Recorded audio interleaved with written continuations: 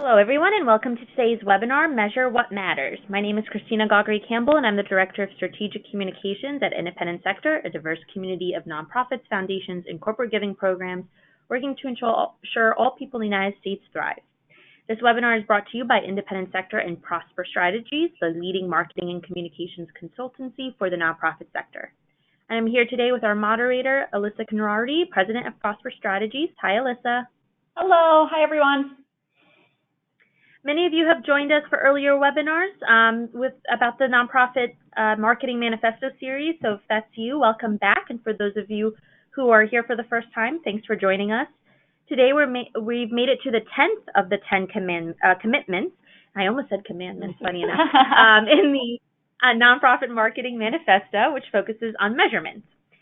We will send the recording and slides after today's session, so don't worry about taking notes. And with that, I will turn it over to Alyssa. All right. Thanks so much, Christina, and welcome, everyone. Excited to be here with you again today. Can't believe we're already this far along in our webinar series and in the year. Before we dive into today's content, if you haven't been on one of our webinars before, we'll take just a minute to get you oriented with GoToWebinar and have you introduce yourselves. So in the GoToWebinar platform, if you can find the questions box, we'll be using that throughout today's webinar. That will be where we collaborate, where you can ask me questions and make comments throughout the webinar. So go ahead and find that questions box and then just answer the 3 questions that you're seeing up on your screen. What city are you in? What organization are you with? And what's your role? And I'll welcome some of you as this comes in. We have Vita from Greensboro with the Yoke Fellow Prison Ministry, Annalise Rhines from Middleton, Wisconsin Retired Educators Association, Lucky Gillen is calling in from Maui. We have Emily Rowe from Lyme, New Hampshire with the Center for Northern Woodlands Education, Circulation and Communications Manager. Skimming down the list here as more of you start to come in. We have Laura Lustig from Asheville, North Carolina, Working Wheels. She's the Marketing Coordinator. Audrey from Chicago, SGA Youth and Family Services, Marketing and Communications Manager. Nicole Rodriguez from Memphis, Volunteer Odyssey, Community Engagement Coordinator. Who else? Let's see. We have,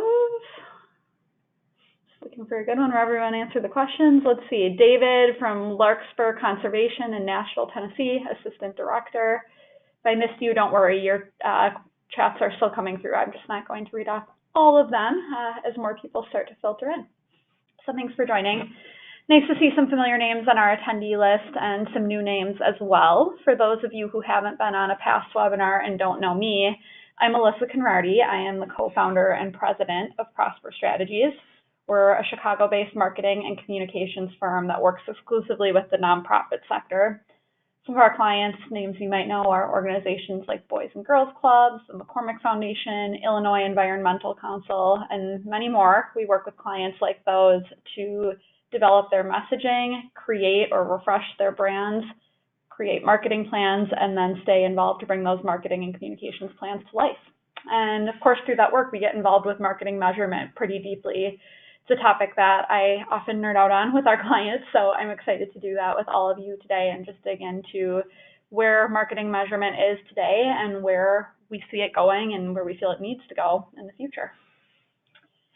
So our focus today is on commitment number 10 from the Nonprofit Marketing Manifesto, which says we will measure the impact of marketing on our missions and continually optimize our efforts to drive more social change. If you haven't yet downloaded our manifesto, you can find a link to that in the chat box within GoToWebinar.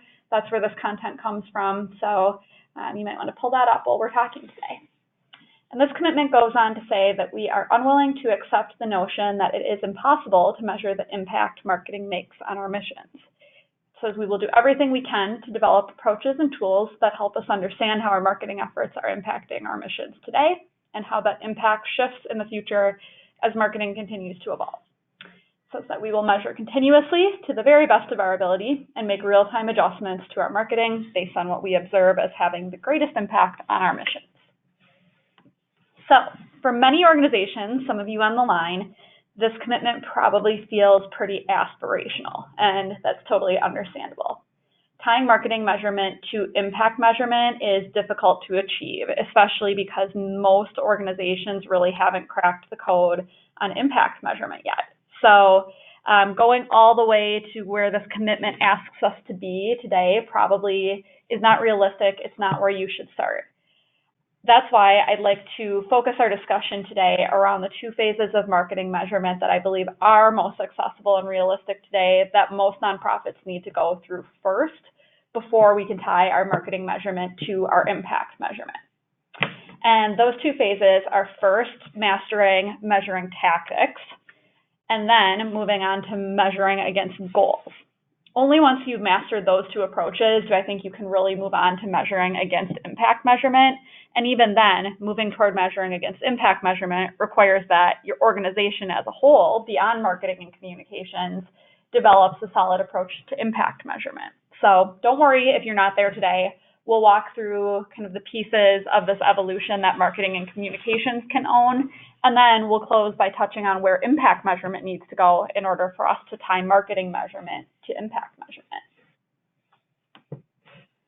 So for the purpose of today's webinar, we've created a measurement dashboard template that you can use to measure marketing at your nonprofit using each of those first two approaches that I just mentioned, and each one sort of builds on the last.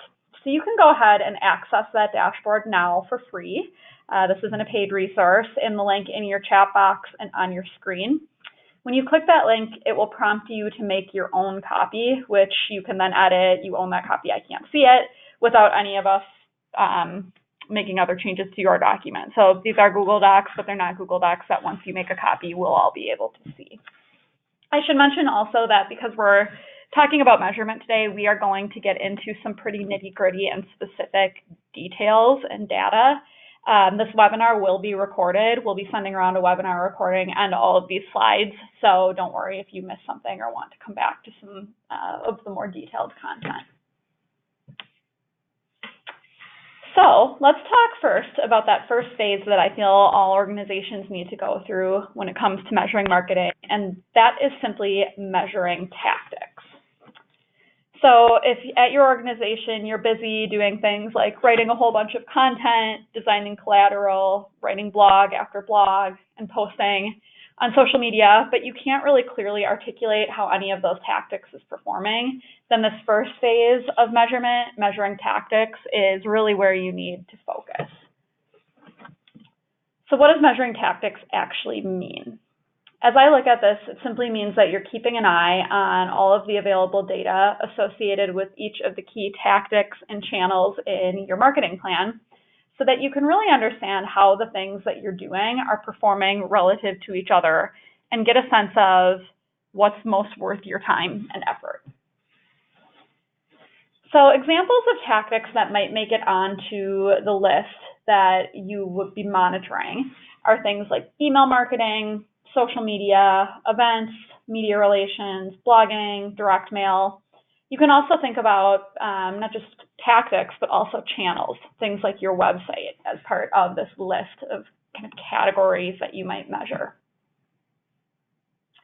So go ahead and if you haven't already, access that spreadsheet that I linked for you in the chat, or just follow along on your screen and you can find the spreadsheet later. But as you start to build an approach where you're measuring against tactics, you can use the first tab in that spreadsheet to create a dashboard that will give you a clear vision of how you're doing in each of those tactical areas. So the first step to using this dashboard template that we've created for you is to list all of the major tactics in your marketing plan in those purple rows in tab 1. So if you've opened the spreadsheet already, you can see that we have our tactics, or an example list of tactics, listed in those purple rows, things like digital advertising and events.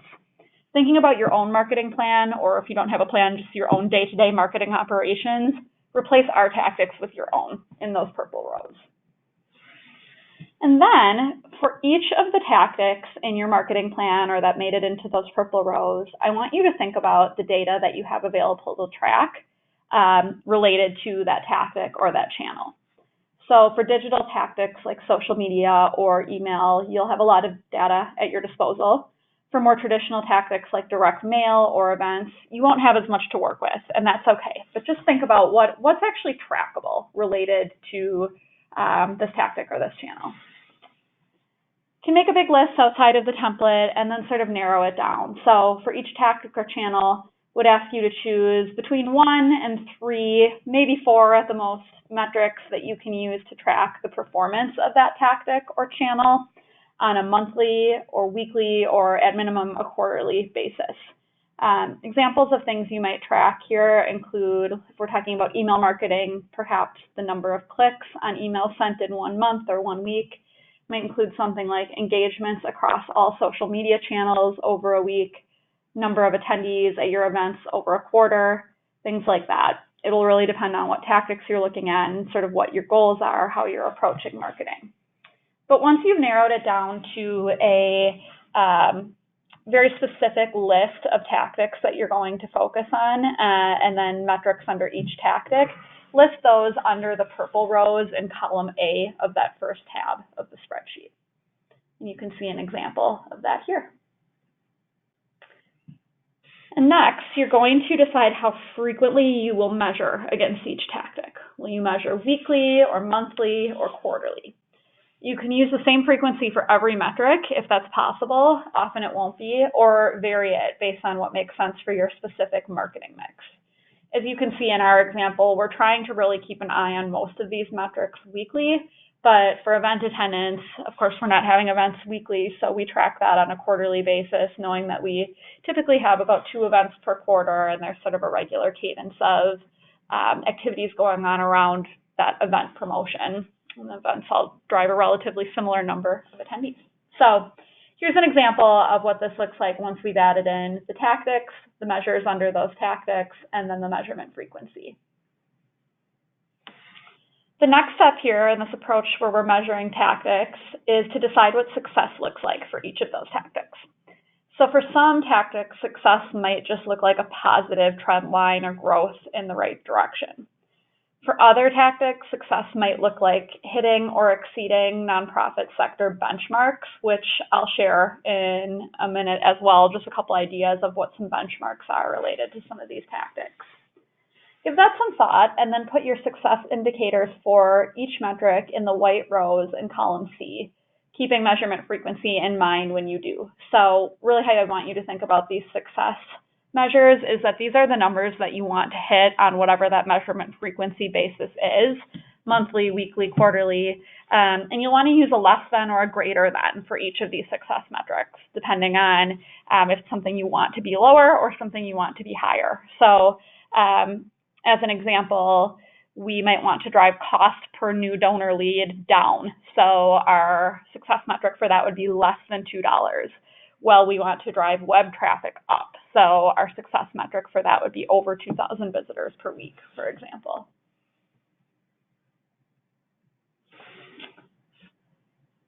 So once you have all of these things added in, you've deleted our data and you've started adding your own, you can begin to populate the spreadsheet on whatever the most regular frequency is that you're measuring. For us, we're always populating our dashboards weekly. Your frequency might look more like monthly, depending on how you're able to measure and your bandwidth. But as you start to add in those weekly columns, which you can also change the period of to align with when you report, we suggest color coding. So if you are at goal or above goal, we suggest making your cells turn green using conditional formatting, which I'll show you in a moment. If you're within 5 to 10% of a goal, we suggest making your cells turn yellow. And if you are performing below or off the goal more than 5%, we suggest making your cells red. This is so that you can at a glance really easily see what's working well, where are we falling behind, where should we be investing more, and where should we possibly scale back our efforts. So a lot like Excel, these Google Sheets allow you to add conditional formatting. This is just a screenshot to show you how that works. Within any of your rows, you can add conditional formatting that essentially says, this is what over goal looks like, turn the cell green. This is what under goal or off goal looks like, turn the cell red. And you just carry that through your entire row so that color coding happens as you're adding new data. So once you have a dashboard like this one set up and you've started to populate it frequently, you'll be able to get more insights about what's working and what's not. And ideally, you will then start to have conversations with your communications team, your marketing team, or anyone else who might get involved with this tracking on a routine basis about what you're seeing, and you can adjust your efforts accordingly. Remember that you aren't just measuring for the sake of measurement. The insights you get from this data really should inform your strategy. So we want to go from data to actual information related to those data to insights that inform how we approach marketing. I mentioned a few minutes ago that we'd circle back to some examples of the sorts of metrics you can measure related to these tactics and some relevant industry benchmarks for each. So let's take a look at that. Just a few caveats before we dive into some of them though. First, just want to mention that looking at the average performance of other nonprofits based on this kind of benchmarking data isn't necessarily the only way to benchmark your organization or what success looks like. Pretty much all surveys that exist for nonprofit marketing benchmarking are fairly limited. It's hard to get a sense within all of the data available of the size of the organizations, their mission area, their marketing investment and strategy. So this is just one source of information about what strong performance or average performance looks like.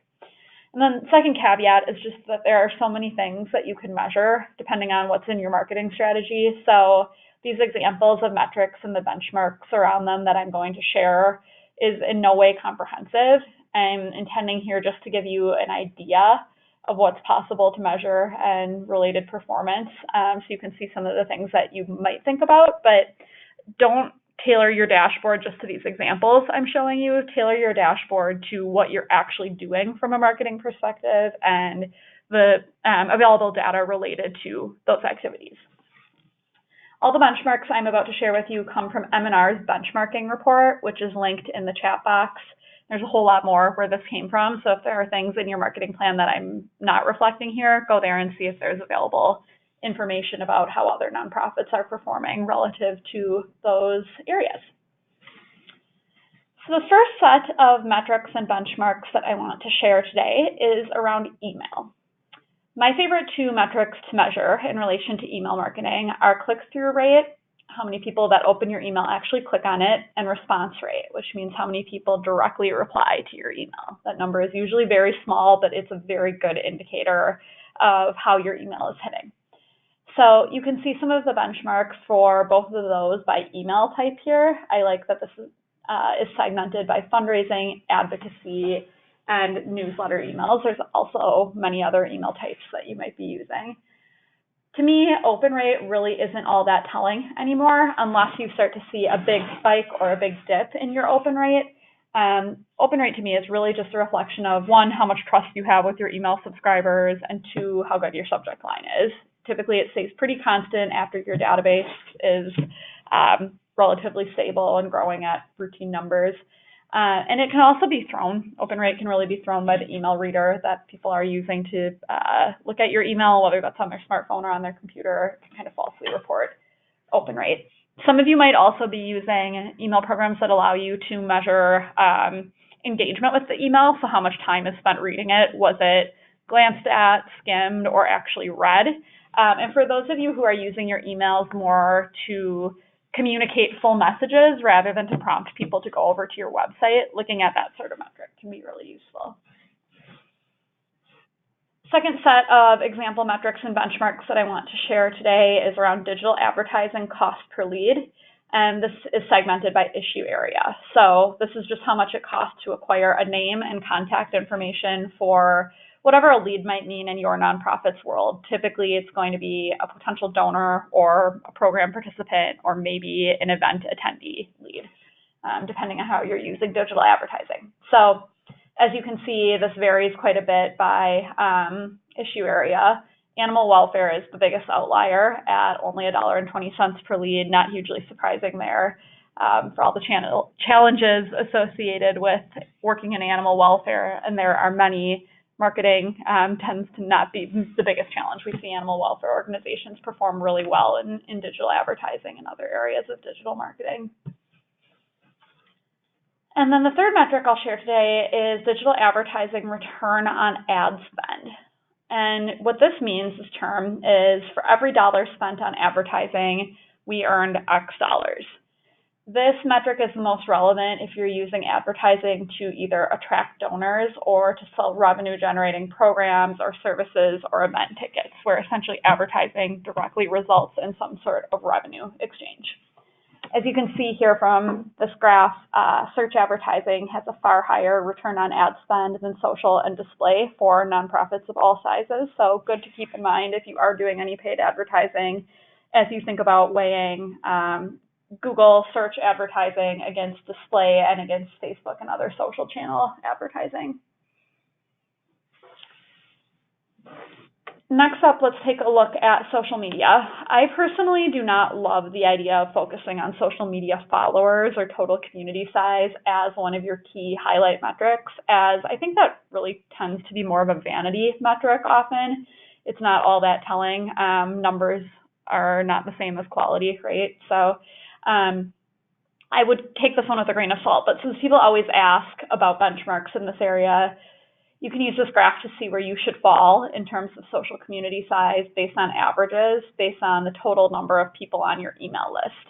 The reason that we use email list size is because it accounts for your organization size and the sophistication and kind of overall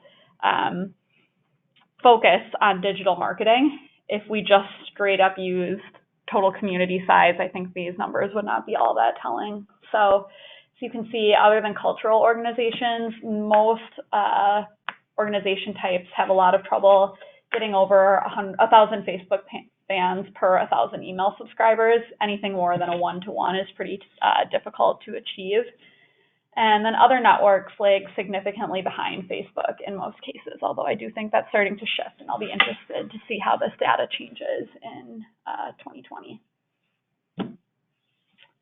So given that I don't like that metric all that much, shared it anyway, we also wanted to share a better metric for social, and that's engagement score. So engagement score is defined as the total number of users who engage with a social media post, engage meaning liking, clicking, or sharing, divided by the total number of page fans on the day the content was posted. So here we're looking at engagement score for Facebook, but you can run the same metric for any of your social channels.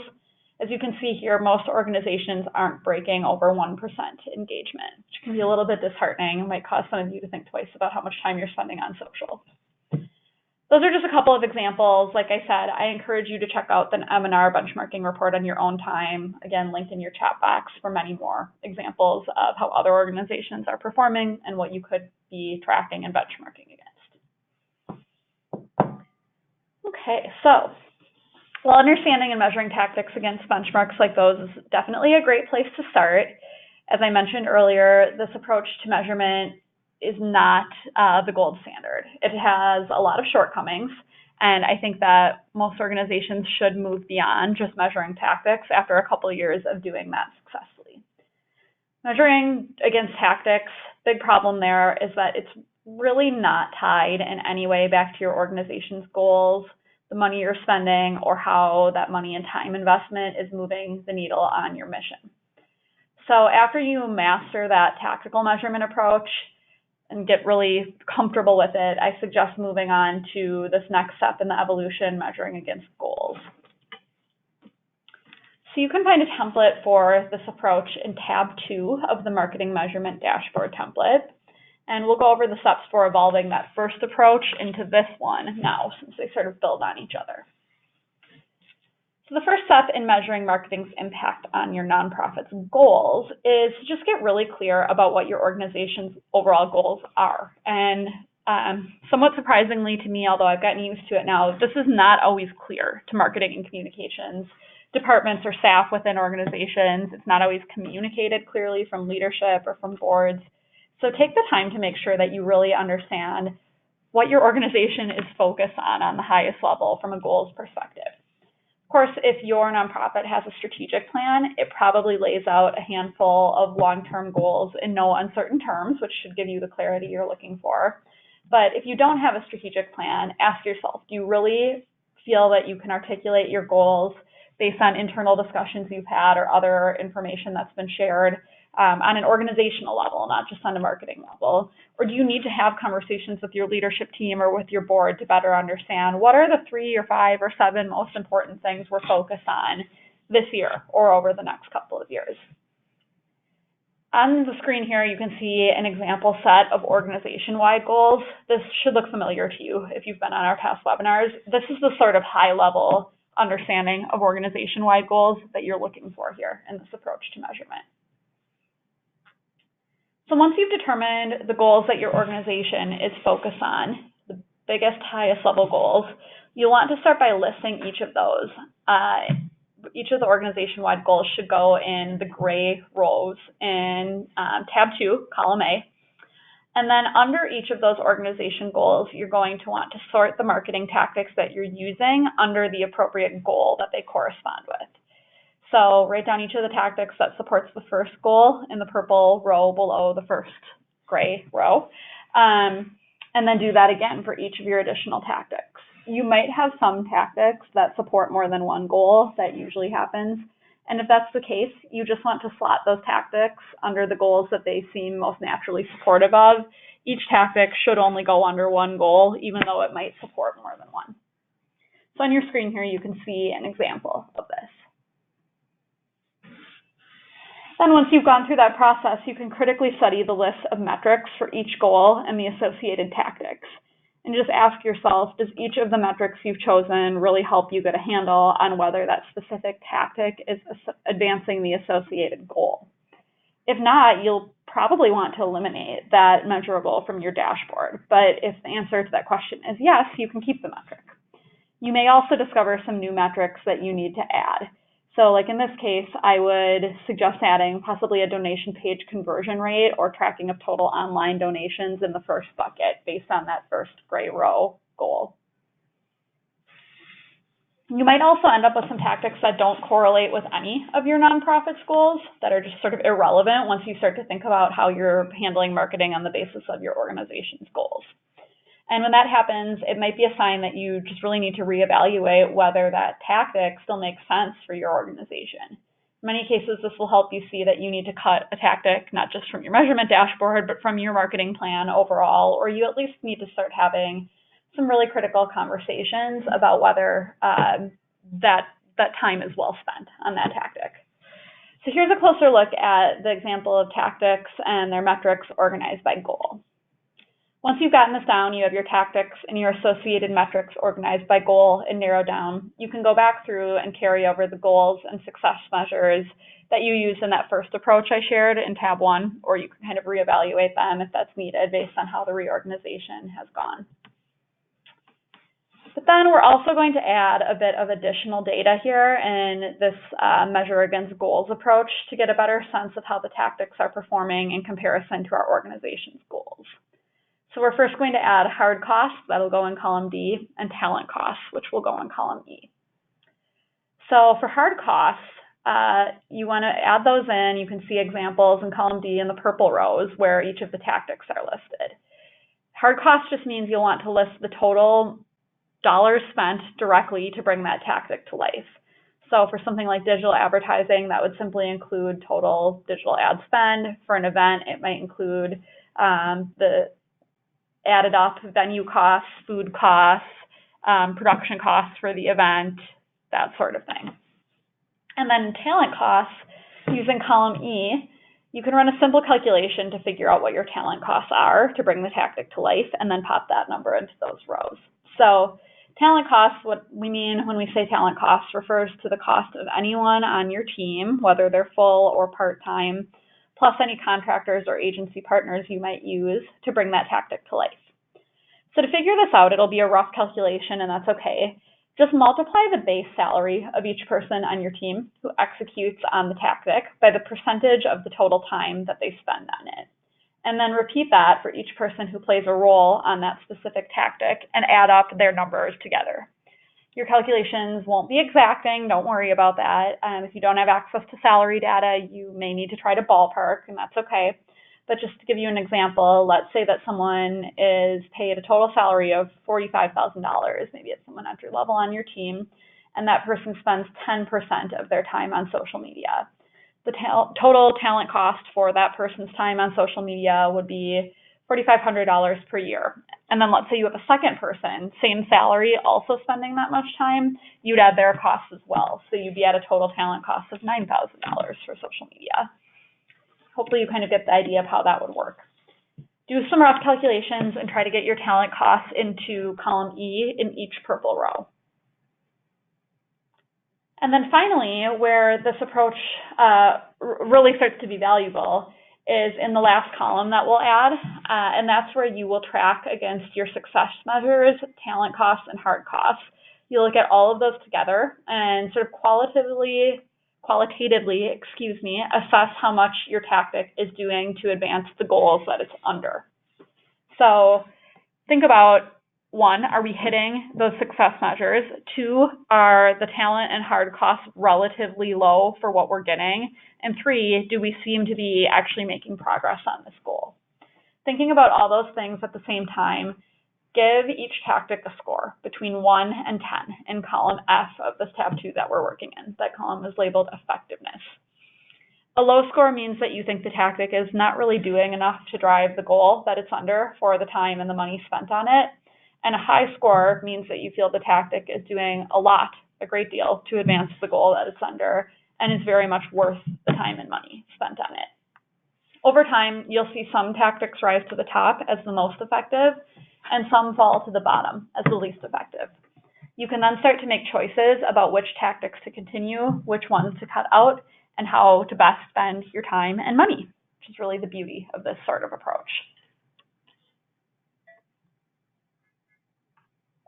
So dashboards like these are typically intended for marketing and communications teams' eyes only.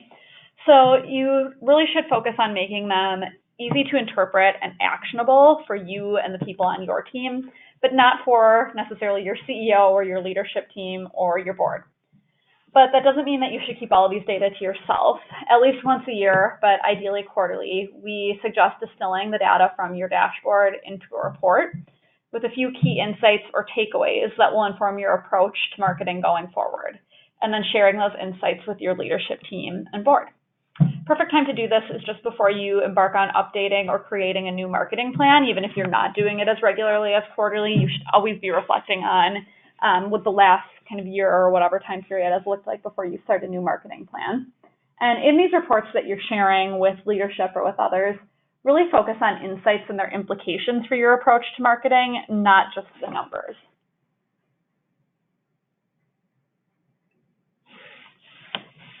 So transitioning here a bit, I really feel that while understanding and measuring tactics against benchmarks, and then moving on to measuring against goals is a great place to start, it's not enough. I think we need to go beyond this.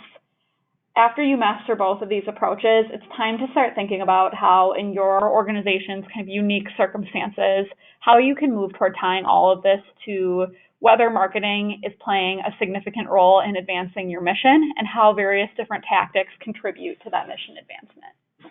And unfortunately, I don't have a template for this third approach because we really haven't cracked the code on how to do this in any sort of replicable way. Anytime we've had any success in this area, it's been extremely customized to the specific organization we're working with and their specific approach to impact measurement. And I don't think many organizations have cracked the code on this either. Impact measurement tends to be so different from organization to organization. So rather than giving you a template as we move toward this third phase, I'd like to talk a bit more about my vision for it and how we might all be able to sort of work toward this together. So my vision is first and foremost that we continue to advance this somewhat new but growing practice of impact measurement in the nonprofit sector. I'm sure you've all had a lot of conversations about impact measurement in recent years. It's been a really hot topic lately at conferences, meetings, nonprofit media over the last several years, and we're continuing to see people ask a lot of questions, not quite so many answers around impact measurement, but it's clear that there's interest in the sector and continuing to advance how we're looking at impact measurement. A whole lot of approaches have been developed to help nonprofits define and measure their social impact, but no single standalone sort of universally accepted framework exists, at least not one that I'm aware of. Let me know if any of you are aware of something that's emerging in that direction. But right now, everyone is approaching this completely differently, and there's not really a unifying thread that would allow us to sort of say this is the standard way to tie impact measurement to marketing measurement, because impact measurement isn't standard.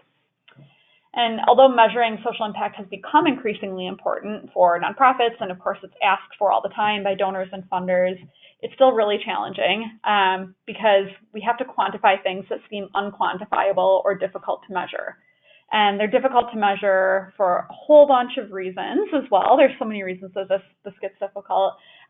It's really hard to look at some of our outcomes from a quantitative perspective, especially without following the people that many of our organizations work with for a period of a whole bunch of years to see what the eventual outcomes are of our work on their lives. That's typically not that feasible, and it's often pretty out of budget. It's also difficult because solid impact measurement can require a ton of time and complex tools, which really is out of reach for most nonprofits, even a lot of larger nonprofits, and can feel like it's taking funds that are more needed in direct service away from that area of our organizations.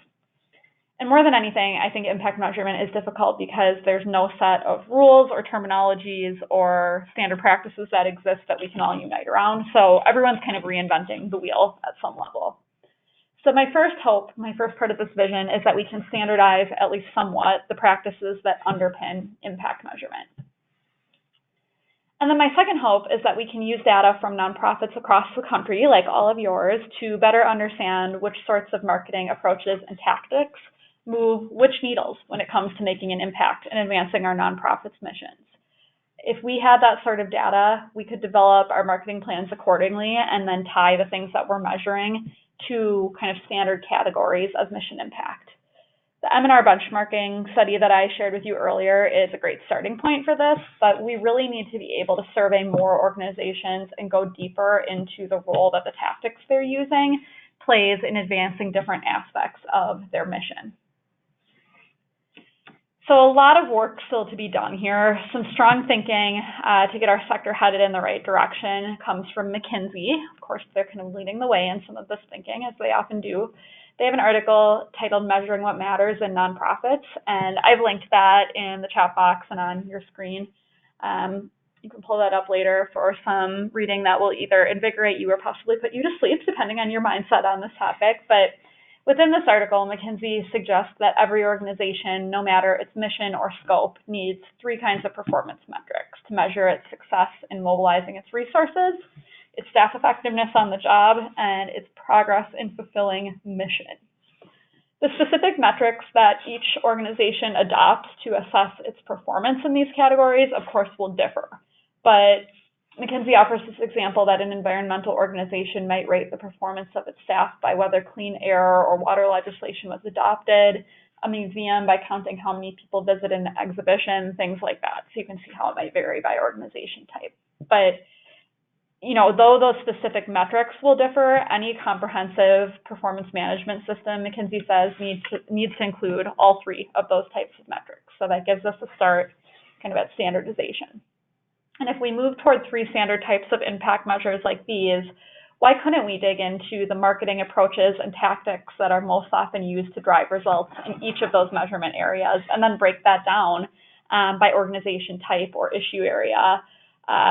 Of course, common tactics would vary by organization or by subsector, just as the specific metrics each organization uses kind of vary in McKinsey's framework. But I think we could at least move towards studying common tactics used by subsector within each impact measure to understand where the trends lie and see what sorts of marketing inputs are most commonly used to drive different sorts of nonprofit organization outputs and impacts. At the end of the day, I just really feel that standardization is essential if we want to see a future where we truly understand the relationship between marketing and mission impact. But I do believe getting there is possible. That's why we wrote the commitment the way we did in the manifesto. And I love to just open up a conversation today about how we can get there. So with that said, let's transition over to participant Q&A. Feel free to pop questions into the Q&A box, both about these 2 step-by-step approaches to marketing measurement that I shared today, and questions or comments about sort of this future of tying impact measurement to mission measurement. And I'll take as many of your questions as I can here today in our last 15 or 20 minutes.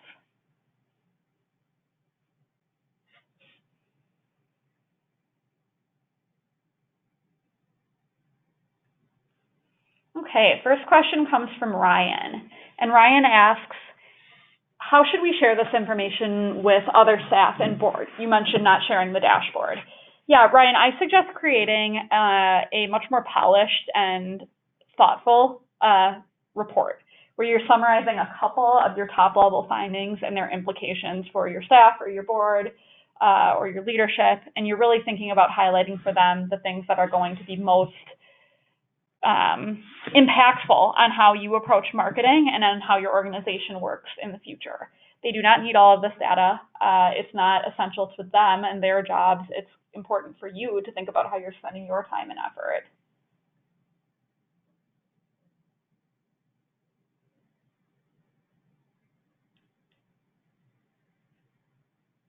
All right, just got another question from Lara.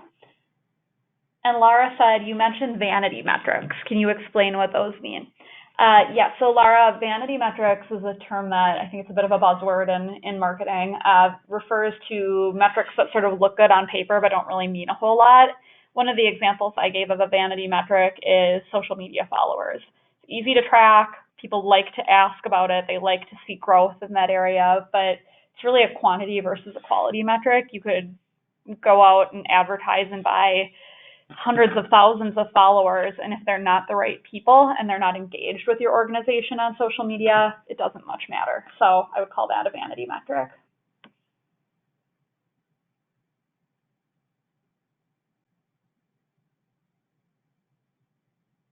Okay, just want to make sure I understand this question. Leanna asked, how does the standard of staff person creating 10 times their salary and value for the business translate to mission impact measurement in nonprofit metrics? What standard should we use for nonprofit staff? Yeah, I've seen that thrown around before, this 10 times their salary value. I have a lot of problems with that specific metric. I think that the value a staff person should be creating as a function of their salary is impacted by so many different dynamics of the organization, right? What is its mission? What are the goals in the strategic plan related to that mission? What sort of investment is made, not just in that staff person, but in the marketing operation overall? What sort of budgets and supports exist, right? Where is the focus supposed to be? So I don't think we can put a standard number on, kind of this multiplier of salary and value that a staff person should be creating. And as a nonprofit marketing person, so much of the value that you'll be creating won't be financial. Unless you're only focused on marketing revenue generating programs or services, or you're only there to support development and fundraising, there's a lot that marketing and communications does that doesn't result in direct revenue for the organization, or that might spur revenue growth but can't be tracked as such. Things like building awareness and goodwill, building an engaged community, advocacy efforts in marketing, that sort of thing, driving volunteer engagement. So I would shy away from and educate your board against using that sort of multiplier. All right, next question comes from Heidi, and Heidi asks, is marketing impact considered interaction only, or is there a way to measure how the mission is advanced? Yeah, great question, Heidi. I think what I am suggesting we all try to think about and work toward is a world where we can measure mission advancement via marketing. I think we need to master mission advancement measurement, right, or otherwise called impact measurement first. And once we do, I see no reason why we can't tie that to the specific marketing channels and tactics that are contributing to impact advancement, not just to interaction, but to actually moving the mission forward, and kind of see that correlation and that relationship. I don't think many or any organizations are quite there yet, but I think that's what we need to work toward. I'll see if any other questions come in. It looks like I made it to the bottom of the list here.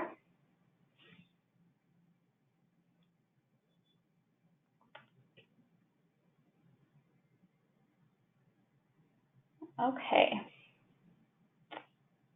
Well, we will go ahead and wrap up a few minutes early unless any last questions come in, but to close this out, we'd just like to share a couple of ways to continue the conversation about this topic and anything related to marketing and communications in the nonprofit sector.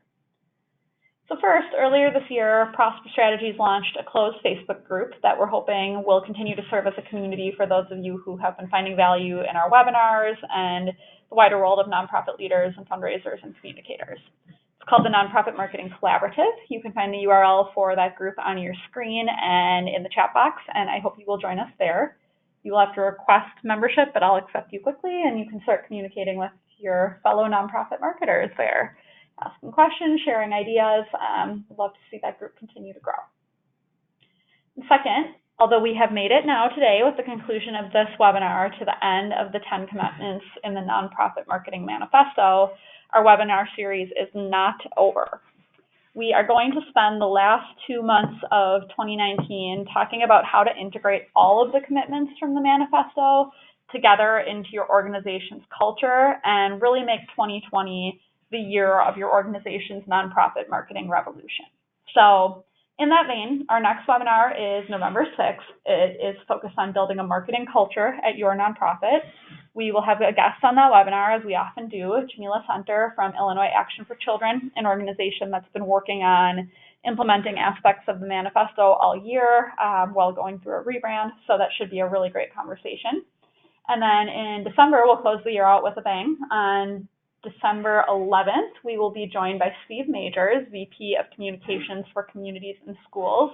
And Steve and I will talk about how to make 2020 the year of marketing revolution in your nonprofit. If you pay any attention in airports or public transit in major cities throughout the U.S., you've probably seen a lot of communities and schools marketing.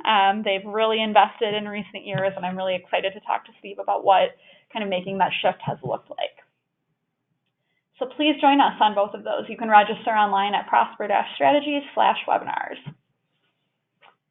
And thank you all again for being here today and for asking all the great questions. If you have more questions that we were not able to get to or that you just weren't able to think of during this webinar, feel free to shoot them to me via email and I'll do my best to answer.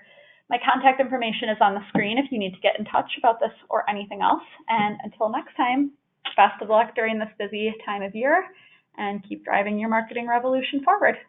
Talk to you soon, everyone. Have a great day.